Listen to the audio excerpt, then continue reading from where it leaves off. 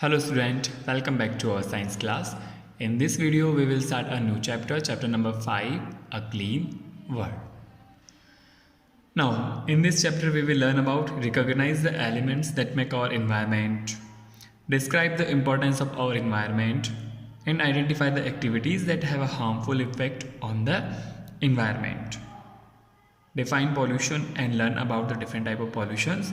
And last is the discuss way in which we can put control over pollutions. तो इस chapter में हम पढ़ने वाले हैं कि वो कौन कौन से एलिमेंट्स हैं जो हमारे इन्वायरमेंट में होते हैं, इन्वायरमेंट की इंपॉर्टेंस क्या है, इसके अलावा वो कौन कौन सी ऐसी एक्टिविटीज़ हैं जो हमारे इन्वायरमेंट के लिए हार्मफुल हैं, एंड हम जानेंगे डिफरेंट टाइप के पॉल्यूशंस और वो किस कारण से होते हैं और उनको हम कैसे रोक सकते हैं. See the warm up, fill in the blanks. Our surroundings are made of both natural and unnatural things. क्योंकि हमारे इन्वायरमेंट में सारी चीज़ें हैं, नेचुरल भी हैं, अननेचुरल भी है. नेक्स्ट है water makeup about 70% of the earth surface. फिर है is the only gas that all living thing need to survive. तो सारी जितनी भी लिविंग थिंग्स हैं उनको जीवित रहने के लिए कौन सी गैस की ज़रूरत है? This is the oxygen. फिर नेक्स्ट है the gas that plant use for preparing food is carbon dioxide. Plant जो हैं अपना फूड प्रिपेयर करते हैं with the help of CO2. Okay, तो let's start the chapter. Environment is a place where all living and non living thing that occur naturally live in a coordination with each other. For example, the environment of a squirrel include the sun, the air it breathes, the food it eats, the water it drink, the tree it lives on, and the other plant and animal that live around it.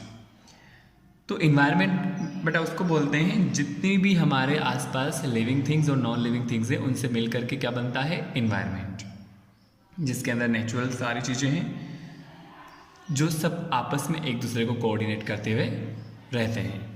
जैसे कि अगर हम squirrel के environment की बात करें, एक जो गिलहरी होती है तो वो सारी चीज़ों को यूज़ करती है. जैसे कि सन है उससे वो लाइट लेती है, एयर जो है उससे वो ब्रीथ ले पाती है, फूड्स जिसको वो खाती है, वाटर जिसको वो ड्रिंक लेती है, इसके अलावा ट्रीज़ जो हैं उनके ऊपर वो रहती हैं. तो ऐसे सारे ऑर्गेनिजम्स जो एक दूसरे के ऊपर मतलब डिपेंडेंट हैं, सबको एक दूसरे की आवश्यकता है, तो वो इस हिसाब से पूरे इन्वायरमेंट में सब लोग रहते हैं. Name the thing that make up your environment, mention them in your science notebook.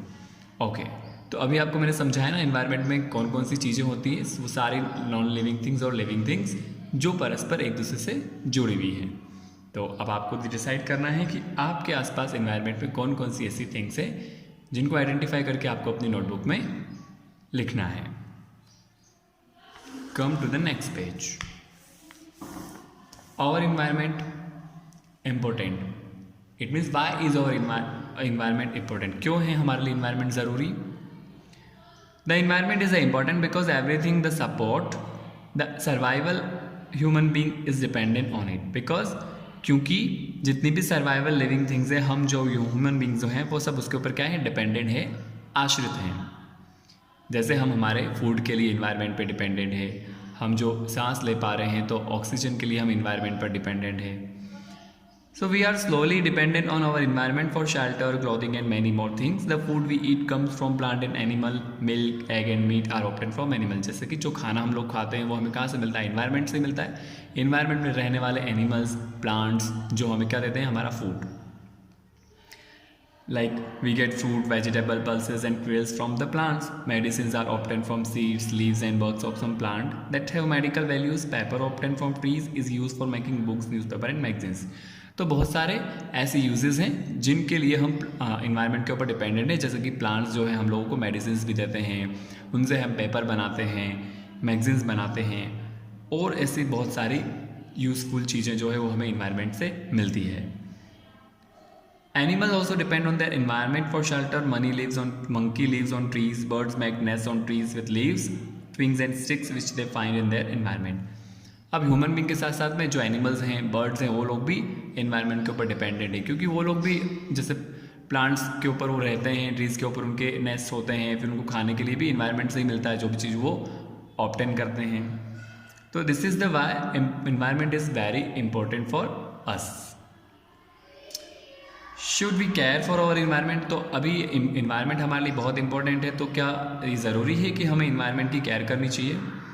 So say of course yes, because the environment give us so much that for keeping and maintaining it clean and neat is our responsibility. तो environment जो है हमें सब कुछ देता है, तो ये बहुत ज़रूरी है कि हम लोग उसको मेंटेन करके रखें, बिल्कुल साफ़ सुथरा और क्लीन रखें। ये हमारी क्या है, रिस्पॉन्सिबिलिटी है। But unfortunately many human activity have badly affect the environment some of this are. But अब फिर भी कुछ ऐसी एक्टिविटीज़ हम लोगों द्वारा करी जा रही है जो हमारे इन्वायरमेंट को बैडली इफेक्ट करती है। जैसे कि पिक्चर आपको दिख रहा है, फैक्ट्रीज रिलीजिंग डर्टी स्मोक। अभी बहुत सारी फैक्ट्रीज ओपन हो चुकी हैं, बहुत सारे टेक्नोलॉजी जब आगे बढ़ चुकी है, तो ये सारी जो चीज़ें हैं हमारे इन्वायरमेंट को नुकसान दे रही है। इनके हार्मफुल इफेक्ट भी हैं, जैसे इनसे निकलने वाला हार्मफुल स्मोक। तो जैसे carelessly throwing away empty packs, cans, bottle, polythene bag and left over food. तो हम लोग क्या करते हैं, केयरलेसली जो भी खाली बैग बचते हैं, प्लास्टिक के पैकेट वगैरह होते हैं, उन सबको कैसे ऐसे ही फेंक देते हैं। इसके अलावा जो खाना बच जाता है, कई सारी प्लास्टिक की बॉटल्स होती हैं, कैंस होती है, जिनका आपको यूज़ नहीं है, हम उनको ऐसे ही फेंक देते हैं। Contaminating the area by smoke and harmful gases emitted by vehicles and factories. और जो व्हीकल्स हम लोग यूज़ कर रहे हैं, फैक्ट्रीज से निकलने वाला जो स्मोक है, वो क्या कर रहे हैं, हमारे एयर को बिल्कुल पॉल्यूटेड कर रहे हैं। उनसे निकलने वाला जो हार्मफुल केमिकल स्मोक है वो हमारे इन्वायरमेंट को कंटेमिनेटेड कर रहा है, मतलब ख़राब कर रहा है। फिर है wasting resources such as a water, electricity and petroleum. And day by day जैसे जैसे पॉपुलेशन जो है इंक्रीज़ हो रही है, तो हम लोग क्या कर रहे हैं, अब जो हमारे नेचुरल रिसोर्सेज हैं उनको भी वेस्ट करते जा रहे हैं, ज़्यादा से ज़्यादा उनका कंज्यूम कर रहे हैं, जैसे कि इलेक्ट्रिसिटी है, पेट्रोल है, वाटर है। Now turn the page. A clean environment is essential for healthy living, and any damage to the environment will indirectly affect us other living things such as a plant and animal. तो clean environment बहुत ज़रूरी है हमारे लिए, हम लोगों को healthy रखने के लिए। अगर कुछ भी डैमेज होता है इन्वायरमेंट में, तो वो हमें डायरेक्टली इनडायरेक्टली कहीं ना कहीं अफेक्ट करता है। वहाँ पर रहने वाले सारे प्लांट्स, सभी एनिमल्स, सबको वो अफेक्ट करेगा। पॉल्यूशंस। अब व्हाट इज पॉल्यूशन? तो pollution means contamination of air, land and water that bring down the natural quality of the environment. Human being have damage the environment by polluting land, air and water. तो pollution का मतलब ये होता है कि वो सारे कंटेमिनेशंस, पार्टिकल्स जो हमारे एयर, हमारे लैंड और वाटर को ख़राब कर देते हैं, उनकी नेचुरल क्वालिटी को ख़त्म कर देते हैं। तो ह्यूमन बीइंग जो हैं वो उनके द्वारा अब कई ऐसी एक्टिविटीज़ करी जा रही है जो हमारे इन्वायरमेंट को पॉल्यूटेड कर रही हैं। Pollution can adversely affect the health of all living organisms. The harmful substances which pollute air, land and water are termed as pollutant. तो पॉल्यूशंस जैसे जैसे बढ़ रहा है तो वो हमारे लिविंग बींग्स की हेल्थ को अफेक्ट करेगा। जितने भी हार्मफुल सब्सटेंस जो हैं उनको क्या बोलेंगे हम, जो लैंड, वाटर और एयर को पोल्यूट कर रहे हैं उनको बोलेंगे हम pollutants. See the air pollution. अब बात करते हैं एयर पॉल्यूशन के बारे में। तो the release of harmful gases and tiny particles such as carbon monoxide, nitrogen dioxide and sulphur dioxide into the air is called air pollution. हवा के अंदर, एयर के अंदर जितने भी हार्मफुल गैसेस हैं और जो tiny particles like carbon monoxides, nitrogen dioxide, ये सब जो हैं चीज़ें एयर को पॉल्यूट कर रही है, ख़राब कर रही है। तो अभी सब कहाँ से रहा है? तो कॉजेज ऑफ एयर पॉल्यूशन देखिएगा। The smoke release from burning fuel from factories and vehicles is the major source of air pollution. तो फैक्ट्रीज और व्हीकल से निकलने वाला फ्यूल जो है, उनसे जो स्मोक प्रोड्यूस हो रहा है वो एयर को पॉल्यूट कर रहा है। अदरवाइज नेक्स्ट कॉज है, we cut down trees in large number for obtaining paper and wood. Wood is use for constructing houses. The cutting down of trees on a large scale is called deforestation. अब हम लोगों को जैसे जैसे population बढ़ रही है वैसे वैसे कई सारी चीज़ों की रिक्वायरमेंट बढ़ने लगी है। तो हम लोग ने क्या किया है कि ज़्यादा से ज़्यादा ट्रीज़ को काटना शुरू कर दिया है। क्यों? क्योंकि हमें ज़्यादा से ज़्यादा फर्नीचर्स और वुड और पेपर्स की रिक्वायरमेंट है, और उनकी रिक्वायरमेंट हमें कहाँ से पूरी होगी? ट्रीज़ से। और जिसके लिए हम लोग ट्रीज़ को कट करते जा रहे हैं, और उसको बोलेंगे हम डिफॉरेस्टेशन, जब हम बहुत लार्ज क्वान्टिटीज़ में ट्रीज़ को कट करते हैं। These leads to lack of oxygen and increase in carbon dioxide, which is currently a major source of global warming. और जब ज़्यादा से ज़्यादा ट्रीज़ कटेंगे तो ऑक्सीजन की कमी होगी और कार्बन डाइऑक्साइड इंक्रीज़ होगा, और इसी इंक्रीज इन कार्बन डाइऑक्साइड के इंक्रीजिंग की वजह से ग्लोबल वार्मिंग जैसी प्रॉब्लम्स जो हैं वो बढ़ती है। नेक्स्ट है eruption of volcanoes emit cloud of harmful gases into the air. इसके अलावा वॉल्केनोज जो हैं ज्वालामुखी, उनके फटने की वजह से उनके अंदर से निकलने वाली harmful gases.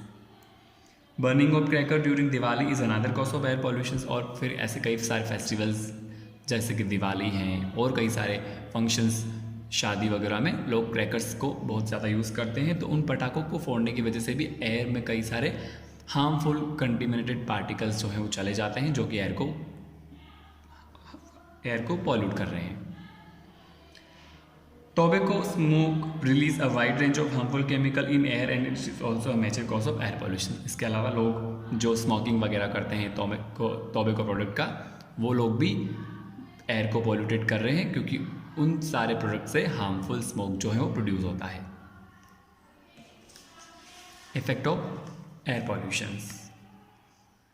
Harmful gases release into the air adversely effect the respiratory organ of human being, it cause asthma. अब एयर के अंदर हार्मफुल पार्टिकल्स जो हैं वो मिक्स हो जाएंगे, तो क्या होगा, अब हम जो लोग एयर कंज्यूम करेंगे एज ए ऑक्सीजन, वो हमारे लिए भी हार्मफुल रहेगी। तो वो क्या करते हैं, हमारे जितने भी रेस्पिरेटरी ऑर्गन्स हैं उनको अफेक्ट करेंगे और उनसे फिर कई प्रकार की डिसीज़ जो है वो होती है, जस्ट लाइक अस्थमा है, सांस लेने में जब लोगों को दिक्कत होती है, right. Other effect are irritation and burning sensation of eyes. और फिर जब हम लोग रोड के ऊपर जब जा रहे होते हैं तो स्मोक जो प्रोड्यूस होता है व्हीकल से, फैक्ट्री से, तो वो क्या करता है, हमारी आईज़, हमारी स्किन के ऊपर irritations like burning sensations of जैसी कई प्रकार की एलर्जी वाली प्रॉब्लम्स जो है उनको क्रिएट करता है। तो ये कुछ एडवर्स इफेक्ट थे एयर पॉल्यूशंस के। ओके, तो बस इस वीडियो में हम इतना ही देखेंगे। नेक्स्ट का जो पार्ट है लैंड पॉल्यूशन, वो नेक्स्ट वीडियो में डिस्कस करेंगे। आप लोगों को इतना चैप्टर रीड करना है, और कोई डाउट है तो आप कमेंट बॉक्स में लिख करके पूछ सकते हैं। Okay dear student, thank you very much.